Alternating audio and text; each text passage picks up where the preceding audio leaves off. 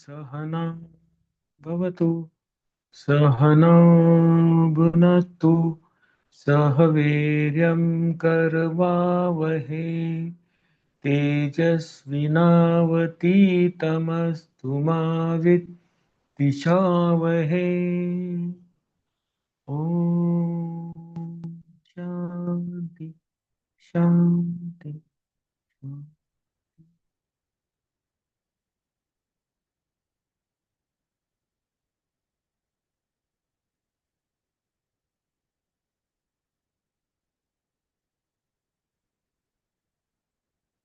अर्जुन हा शूरवीर आहे. त्याने आयुष्यात या महाभारताच्या युद्धाच्या क्षणापर्यंत अनेक युद्ध जिंकली होती, सर्व युद्ध जिंकली होती.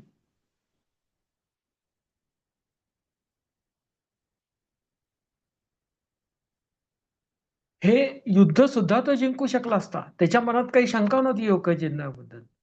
तरी सुद्धा ऐन वेळेस युद्ध सुरू होईल त्या क्षणी तो भावनाविवश होतो आणि युद्ध करायला नकार देतो. मग भगवंत प्रथम काय करतात? अर्जुनाला शरण येण्याची वाट पाहतात. का? कारण जो मनुष्य इमोशनल असतो, भावभावनांमध्ये गुंतलेला असतो, त्याला तुम्ही कितीही समजून सांगा, तो ऐकायच्या मनस्थितीत नसतो. तो त्या भावभावनांमध्ये इतका गुरफटलेला असतो,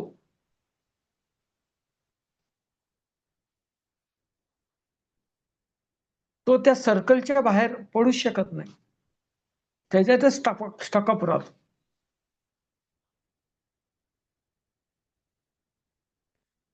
सर्वात महत्वाची गोष्ट म्हणजे ज्ञान हे घेतलं जातं.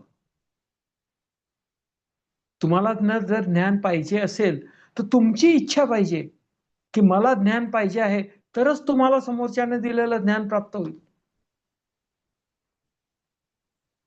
तुमची जर इच्छा नसेल, तुम्हाला जर गरज वाटत नसेल, तर किती जरी ज्ञान द्यायचा प्रयत्न केला तरी तो तुमच्यामध्ये ते ज्ञान मुरणार नाही.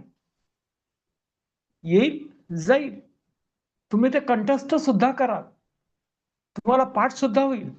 त्या ज्ञानाचा उपयोग तुम्ही दुसऱ्याला समजून सांगण्यासाठी, प्रवचन देण्यासाठी सुद्धा करा. परंतु प्रत्यक्ष ते ज्ञान स्वतःमध्ये मुरवू शकणार नाही. जोपर्यंत मनुष्य या जगातून विरक्त होत नाही, तोपर्यंत त्याने किती पण ज्ञान ग्रहण केलं, हे आध्यात्मिक ज्ञान जे त्याला या विषय वासनांपासून दूर नेण्यासाठी बनवलेलं आहे, त्याचा उपयोग होत नाही.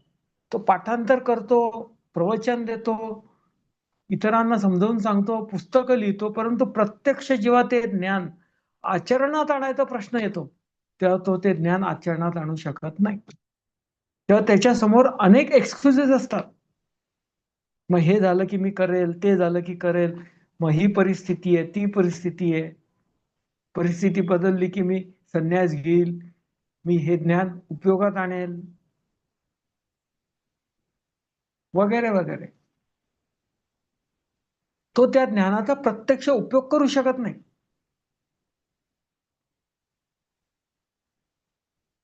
आणि हे ज्ञान आयुष्य जगण्याचं ज्ञान आहे. तुम्ही ज्या पण प्रकारचं आयुष्य जगत असाल, ते आयुष्य जगताना तुम्हाला हे ज्ञान नक्कीच उपयोगी पडेल.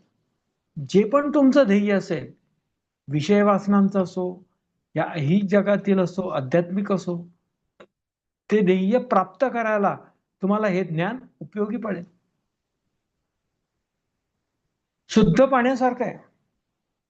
जो रंग, जी चव तुम्ही त्याच्यात टाकाल, त्या रंगाचं ते पाणी होईल, त्या चवीचं ते पाणी होईल. इतकं शुद्ध आहे.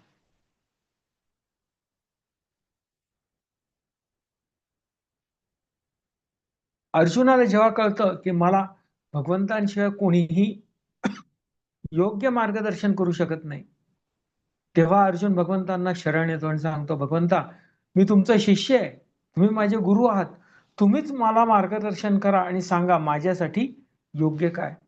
तेव्हा भगवंत भगवद्गीतेचा उपदेश सुरू करतात.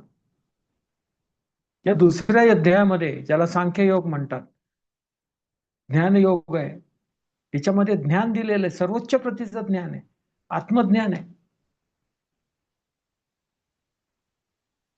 या अध्यायामध्ये मनुष्य जिथे आहे त्या स्थितीतून मोक्ष प्राप्तीपर्यंत जाण्याचा परिपूर्ण मार्ग दिलेला आहे, रस्ता दाखवलेला आहे.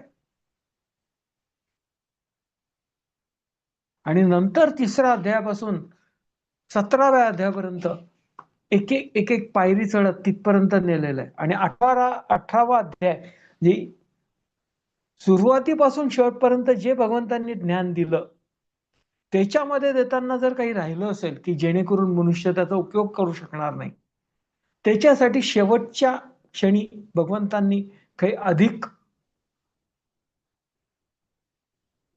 ज्ञान दिलेलं आहे, ज्याला तुम्ही विजडम म्हणू शकता, विज्ञान म्हणू शकता, अक्कल, हुशारी म्हणू शकता, की जेणेकरून ते प्राप्त होताच तुम्हाला मोक्ष प्राप्त होईल. 18वा अध्याय म्हणजे भगवद्गीतेचा उपसंहार आहे. ज्या गोष्टी पण मुख्य प्रकरणांमध्ये दिलेल्या नसतात, त्या सुटून जातात, अशा इंटरलिंकिंग करणाऱ्या गोष्टी या शेवटच्या उपसंहारामध्ये सांगितल्या जातात, जेणेकरून जे ज्ञान प्राप्त झालेलं आहे ते प्रत्यक्ष जगण्यासाठी मनुष्याला उपयोग होऊ शकेल. अर्जुनाचा प्रश्न काय, सर्वात महत्वाचा प्रश्न अर्जुनाचा काय, की तो समजतो मी या युद्धांना मारेन, मी ह्या नरसंहाराचा मूळ कारणीभूत ठरेल. तर भगवंत त्याला समजून सांगतात, तू हे समजतो, इट मेक्स नो सेन्स. का? कारण तू केवळ निमित्त मात्र आहेस. यांचं काय होणार आणि यांचं कसं होणार हे सर्व आधीच ठरलेलं आहे. आत्मा अमर आहे, म्हणून भगवंत प्रथम अर्जुनाला अविनाशी आत्मतत्वाचे गुणधर्म समजून सांगतात. आत्मतत्व कसं आहे, 20व्या श्लोकामध्ये भगवंतांनी म्हटलंय, आत्मतत्व कसं आहे, न जायते म्रियते वा कदाचिन्नायं भूत्वा भविता वा न भूयः अजो नित्य शाश्वतो पुराणो न हन्यते हन्यमाने शरीरे. हे जन्म घेत नाही, हे मरतही नाही, हे सदैव अस्तित्वात असल्यामुळे परत कधीच नाहीसे होऊ शकत नाही. हे अजन्मा, नित्य, शाश्वत व पुरातन आहे.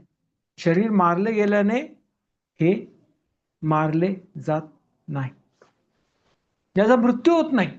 शरीराचा मृत्यू होतो पण आत्म्याचा मृत्यू होत नाही. इथे हे म्हणजे काय, तुमच्यामध्ये असलेला आत्मा, ज्याला आत्मतत्व म्हणतात. हा श्लोक म्हणजे कठोपनिषदामधून आलेला आहे. अयम, अयम म्हणजे आत्मतत्व, सर्वोच्च आत्मतत्व, ज्याला आपण ब्रह्मही म्हणतो. नावं वेगळे वेगळे आहेत पण मेन कन्सेप्ट एकच आहे. त्याला इथे अजन्मा म्हटलेला आहे. अजन्मा का? ज्याचा जन्म होत नाही त्याचा मृत्यू होत नाही. आत्मतत्वाचा जन्म होत नाही म्हणून मृत्यू होत नाही, म्हणून त्याला अजन्मा म्हटलेला आहे. जो सतत अस्तित्वात असतो म्हणून त्याला नित्य, अनादि, अनंत म्हटलेलं आहे. ज्याचा जन्मही होत नाही, मृत्यू होत नाही, तो सदैव अस्तित्वात असतो. कालही आहे, आजही आहे, उद्याही राहील, म्हणून त्याला नित्य, अनादि, अनंत म्हटलेलं आहे. त्याला शाश्वत म्हटलेलं आहे. का? कारण तो आत्मा, ते आत्मतत्व जसं आहे तसंच आहे.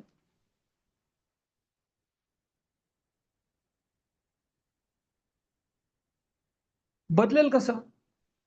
बदलतं काय? ज्याला गुण आहे, आत्मा निर्गुण.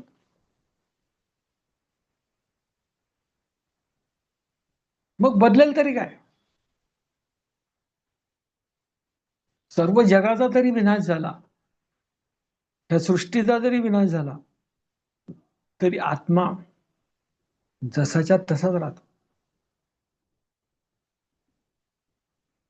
हे भगवंत इथे स्पष्ट करतात. भगवंत म्हणतात तो पुरातन आहे. का?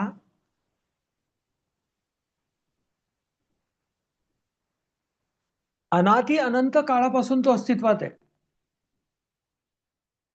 कोणालाच माहिती नाही आत्मा कधी आला, काय झालं. कारण आपण आत्म्यापासून बनलेलो, आपल्याला कसं कळणार आपलं ओरिजिन कधी झालं ते? हे शरीर, मन, बुद्धी हे जे काही आपल्याला प्राप्त झालंय, हे त्याच्या आशीर्वादाने प्राप्त झालंय आणि त्याच्यामुळे हे कार्यरत आहे. तर तुम्हाला ते कसं कळणार?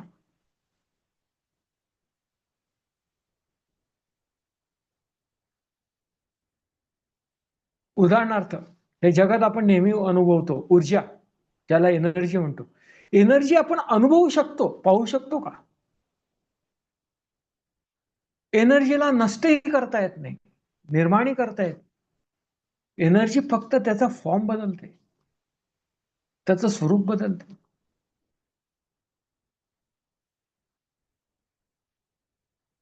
एनर्जीचा एक प्रकार आहे इलेक्ट्रिसिटी, ज्याला आपण विद्युत म्हणतो. ती वीज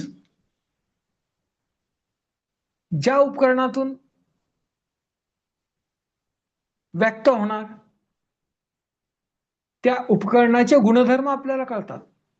उदाहरणार्थ, हीटर असेल तर गरमपणा येतो, कूलर असेल तर थंडपणा येतो, पंख्यामध्ये वीज जेव्हा जाते तेव्हा हवा निर्माण होते. आपण त्याचा, त्या विजेचा परिणाम पाहू शकतो, तेही उपकरणांद्वारे. पण वीज पाहू शकत नाही. तसंच आहे, आपण आत्मा पाहू शकत नाही, पण आत्मा जेव्हा तुमच्यामध्ये येतो तेव्हा तुमच्याद्वारे जे काही कर्म घडतं किंवा जे काही होतं, त्याच्याद्वारे त्याचं अस्तित्व प्रतीत होतं. हे जगातील कित्येक जीवांमध्ये तो जीवात्मा रूपी येतो आणि त्या जीवांचं अस्तित्व आपल्याला जाणवतं. तो स्वतः काहीच कार्य करत नाही, पण त्याच्याशिवाय कार्य होऊ शकत नाही. कसं? तुमच्यामध्ये जर जीव नसेल, तुमच्यामध्ये जर आत्मा नसेल, तर तुमचं निपचित शरीर आहे. काय उपयोग आहे शरीर, मन, बुद्धीचा?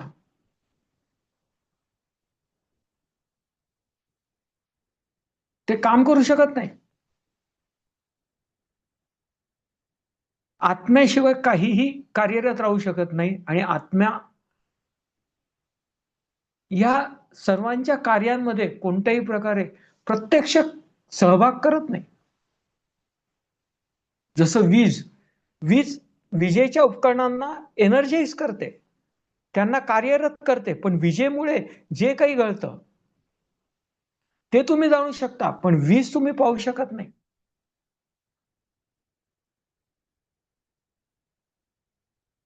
ऊर्जा तुम्हाला दिसत नाही, त्याचे परिणाम दिसतात.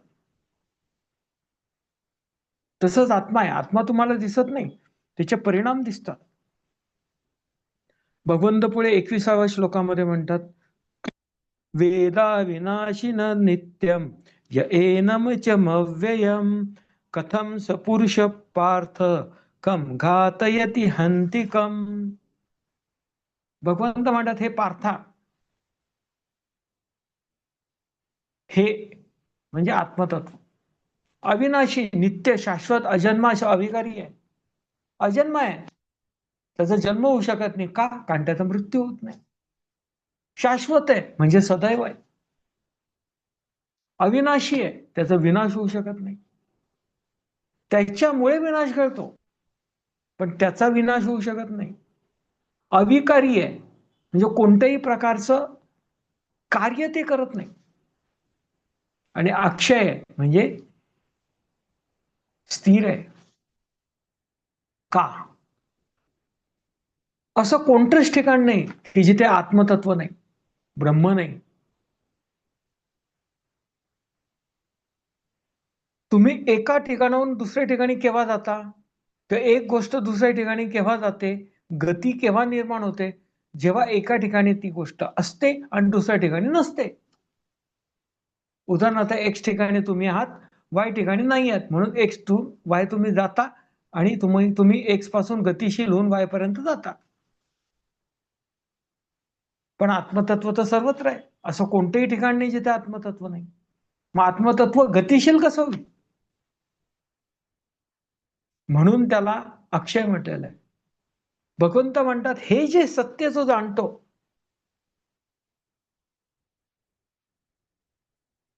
तो खरा ज्ञानी पुरुष आहे. हे सत्य आहे, हे त्रिकाल सत्य आहे, सदैव जाणवणारं सत्य आहे. पण मनुष्य ते सत्य सोडून बाकी सर्व जाणतो. मूळ वीज सोडून त्याच्या सर्व परिणाम वगैरे वगैरे वगैरे सर्व गोष्टी जाणतो. त्याची कल्पना करू शकतो पण त्याला पाहू शकत नाही.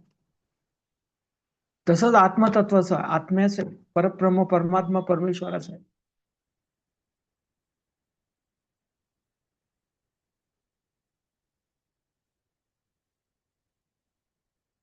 तुमचे कोणतेही शारीरिक अवयव, मन, बुद्धी हे त्याला जाणू शकत नाही, पाहू शकत नाही, ऐकू शकत नाही, मारू शकत नाही. का? त्यांच्यामुळे तुम्ही हे क्रिया करू शकता. त्या आत्मतत्वामुळे हे क्रिया करू शकता.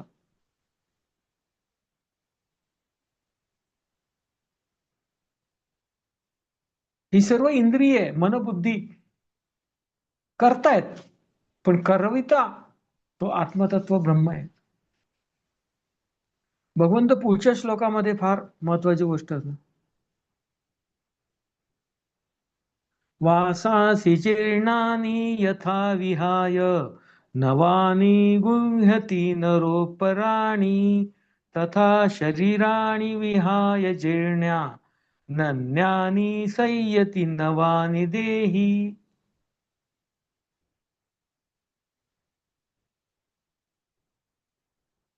आपण वेगळ्या वेगळ्या प्रकारचे वस्त्र वापरतो.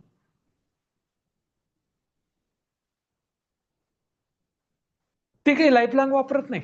लहानपणी जे वस्त्र तुम्ही परिधान करता ते तरुण झाल्यावर वापरू शकत नाही, साईज होत नाही, जीर्ण होतं वगैरे वगैरे. एकच वस्त्र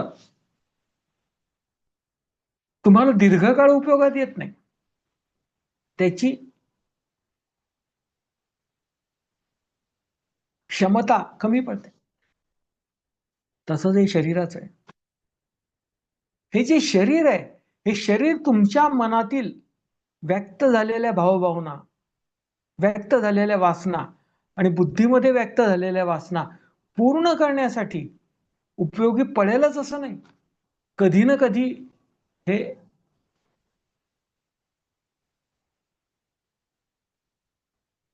तुम्हाला निरुपयोगी होईल. का? कारण तुमच्या वासना त्याच्या पलीकडच्या आहेत. भगवंत म्हणतात जसा मनुष्य निरुपयोगी जीर्ण झालेलं वस्त्र टाकून देतो आणि नवीन वस्त्र परिधान करतो, तसंच तुमचं मन आणि बुद्धी एका शरीरातून दुसऱ्या शरीरात प्रवेश करतात.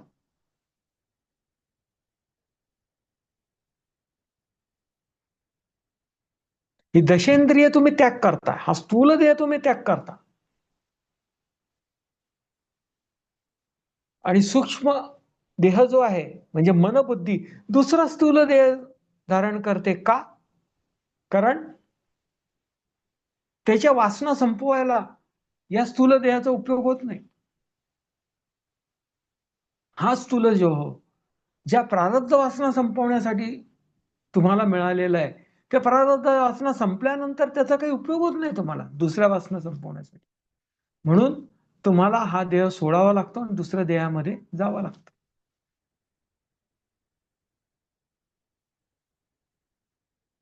कसं? वस्त्र जीर्ण झाले, वापरता येत नाही, टाकून देतो, नवीन वस्त्र घेतो. तसंच इतकं सिंपल आहे. मग कशासाठी अर्जुना तू दुःख करतोय, शोक करतोय या मरणाबद्दल, या दृष्ट लोकांच्या मृत्यूबद्दल? का? त्यांचंही तेच होणार आहे. त्यांच्या वासना पूर्ण करायला हा देह योग्य राहणार नाही, म्हणून त्यांचा मृत्यू होणार. हे ठरलेलं आहे. अर्जुना, तू केवळ निमित्त मात्र आहे. अशा प्रकारे सांगून भगवंत अर्जुनाला आत्मतत्वाचं अविनाशीत्व स्पष्ट करतात. मृत्यू होणं आणि जन्म होणं हे जस्ट एक फिनॉमिना. आत्मतत्व सदैव आहे, ब्रह्म सदैव आहे.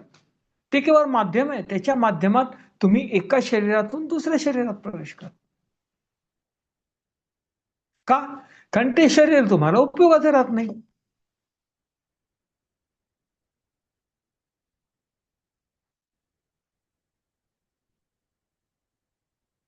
तुमच्या प्रारब्धावासना संपल्या. ज्याच्यासाठी ते शरीर डिझाईन केलेलं आहे, ते शरीराचं कार्य संपलं.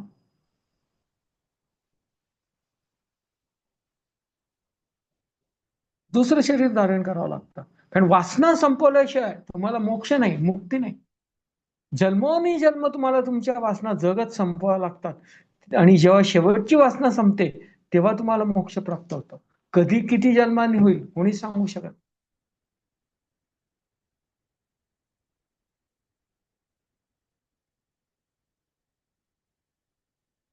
पण जन्म मृत्यूबद्दल ज्ञानी मनुष्य शोक करत नाही, विद्वान मनुष्य शोक करत नाही. पुढचा श्लोक आहे तो अत्यंत प्रसिद्ध श्लोक आहे भगवद्गीतेतला, जो आपण नेहमी ऐकतो. नैनम छिंदन्ति शस्त्राणि नैनम दहति पावक न चैनम क्लेदयन्त्यापो न शोषयति मारुतः. पुढचाही श्लोक याच्या बरोबरच घेऊया. अच्छत्योयमहाह्योद्यम मक्लेशेत्योशोष्य एव च नित्य सर्वगतस्ताणु रचलोयम सनातन. हे हे म्हणजे काय? आत्मतत्व, ज्याला आपण आत्म म्हणतो, ब्रह्म म्हणतो, अल्लाह म्हणतात, फादर इन हेवन म्हणतात. नावं वेगळे वेगळे पण संकल्पना एकच आहे. ती अदृश्य शक्ती ज्यामुळे संपूर्ण ब्रह्मांड चालतं, ज्यामुळे आपण सर्व जिवंत आहोत, ही पृथ्वी कार्यरत आहे, जी सदैव आहे, युगानुयुगे असते. त्याला इथे भगवंतांना हे म्हटलेलं आहे, शस्त्रास्त्रे हे कापू शकत नाही. हे जे आत्मतत्व आहे याला शस्त्रास्त्र कापू शकत नाही, याला अग्नी जाळू शकत नाही, याला पाणी भिजू शकत नाही, याला वायू शकू शकत नाही. का?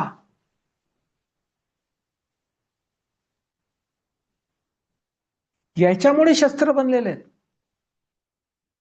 शस्त्रांची संकल्पना फिजिकल गोष्टीसाठी आहे, मूढ गोष्टीसाठी आहे. पण भगवंत भौतिक नाही आहे, मग तुम्ही काय कापणार? आणि त्याला म्हटलं त्याला जाळू शकत नाही. का? कारण ते अस्तित्वात दिसतच नाही, तर तुम्ही जाळणार काय? त्याला भिजू शकत नाही. काय भिजवता येतं?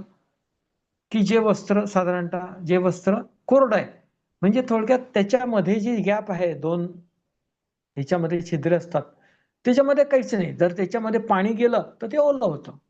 म्हणजे जर गॅप असेल तर वस्त्र ओलं होऊ शकतं. पण आत्मतत्वामध्ये काही गॅपच नाही, ते एकसंध आहे. मग त्याला ओलं कसं करणार? आणि वाळवणं म्हणजे काय? ते पाण्याचे रेणू काढून घेणं, त्याला सुकवणं म्हणतात. पण जे एकसंध आहे ते ओलच होऊ शकत नाही, तर त्याला कोरडं कसं करणार? थोडक्यात ह्या जगातील कोणत्याही माहिती असलेले मार्ग त्या आत्मतत्वाला नष्ट करू शकत नाही. आणि पुढच्या श्लोकामध्ये थोड्या वेगळ्या अर्थाने म्हटलेलं आहे, हे ना कापता येते, ना जाळता येते, ना भिजवता येते, ना सुकवता येते. आधी काय म्हणतात, तुम्ही कापू शकत नाही, जाळू शकत नाही, भिजू शकत नाही, सुकू शकत नाही. आणि नंतर काय म्हटलं, याला हे करता येत नाही.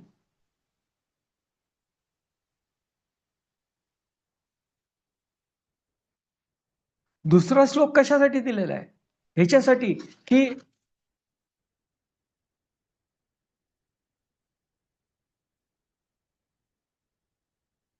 आत्मतत्व आहे.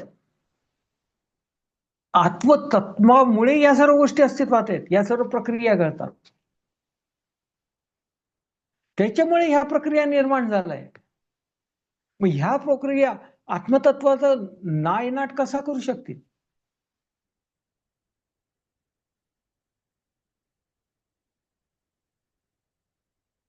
पाण्यापासून लाटा निर्माण होतात.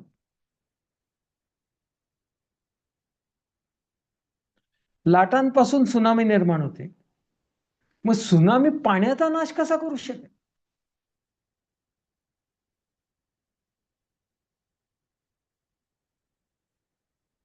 वाऱ्यापासून चक्रीवादळ निर्माण होतं. चक्रीवादळापासून सर्वनाश घडतो पृथ्वीवर. सर्वनाश जरी घडला तर वायूचा नाश कसा होईल? कारण वायूमुळे चक्रीवादळ निर्माण झालेलं आहे. तेच अग्नीच आहे. अग्नीमुळे वणवा पेटतो, सर्व जळून खाक होतं, पण अग्नी कसं जळेल?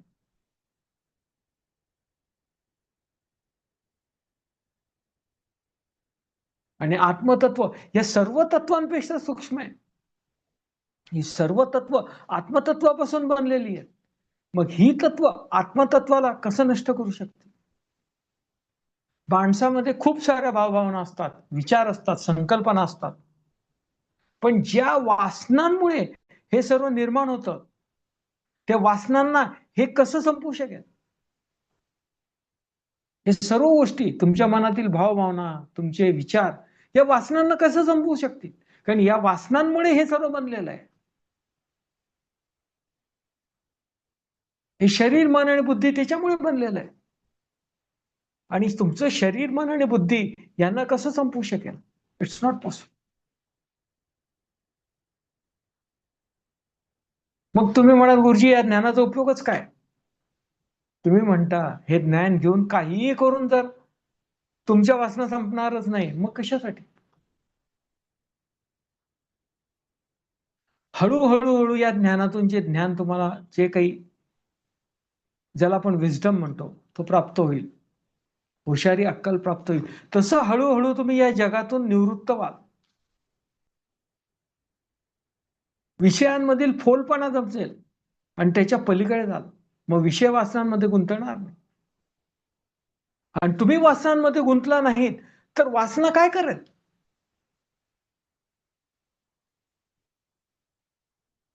तुम्हाला जर एखाद्या विषयात इंटरेस्ट असेल तरच तो विषय तुम्हाला भेडसावेल किंवा तुमच्याशी संबंधित राहील. पण तुम्ही इंटरेस्ट ड्रॉप केला तर त्या विषयाचा उपयोग काय? उदाहरणार्थ, तुम्ही क्रिकेट खेळत आहात, चांगले प्लेयर आहात.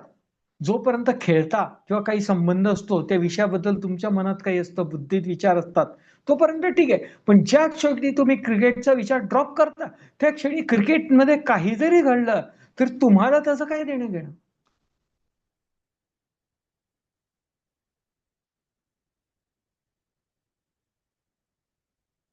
तुम्ही त्या वासनापासून परावृत्त होता. काही असो, तुम्हाला कळलं याच्यात काही अर्थ नाही वगैरे वगैरे, काही असो, हा खेळ आहे. त्या खेळामध्ये इमोशन आणण्यात अर्थ नाही. तर तिथे काही जरी घडलं तरी त्याचा परिणाम तुमच्यावर होत, तुमची दृष्टी समोर राहते. तुम्ही कोणत्याच गोष्टीत गुंततही नाही आणि त्याच्या पलीकडेही जात. म्हणून त्याचा कोणी नाशही करू शकत नाही आणि त्याला कोणी निर्माणही करू शकत नाही. भगवंत पुढे म्हणतात, अव्यक्तो यम चिंत्यो यमविकार्यो यमुच्यते तस्मादेवं विदित्वैनं नानुशोचितुमर्हसि. मागच्या 2 श्लोकांचा सार म्हणजे हे अव्यक्त आहे, हे कल्पनातीत आहे. कोणत्याही तुमच्या या शरीराच्या, मनाच्या, बुद्धीच्या कल्पनेच्या पलीकडे. हे बदलत नाही. तुमचं शरीर, मन, बुद्धी बदलतं, पण हे कधीच बदलत नाही. म्हणून हे असे जाणून, हे सत्य आहे हे जाणून तू शोक कशाला करतो? तू बदलशील, असे कित्येक शरीर बदलतील, जीव बदलतील, पण हे बदलणार नाही. हे सदैव तसंच राहणार. आणि ह्याच्यापासूनच निर्मिती झाली. मग तू कसा म्हणतो की मी याचा नाश करतो? ते अव्यक्त आहे, ते व्यक्त नाहीच आहे. मग कोणतीही व्यक्त गोष्टी त्या अव्यक्त गोष्टीचा नाश कसा करू शकेल?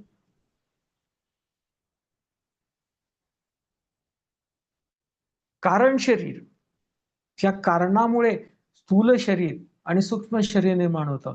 ते कारण शरीर वासनांमुळे बनलेलं आहे. मग हे कारण स्थूल आणि सूक्ष्म जे निर्माण करतं, ते स्थूल आणि सूक्ष्म हे कारण कसं नष्ट करेल?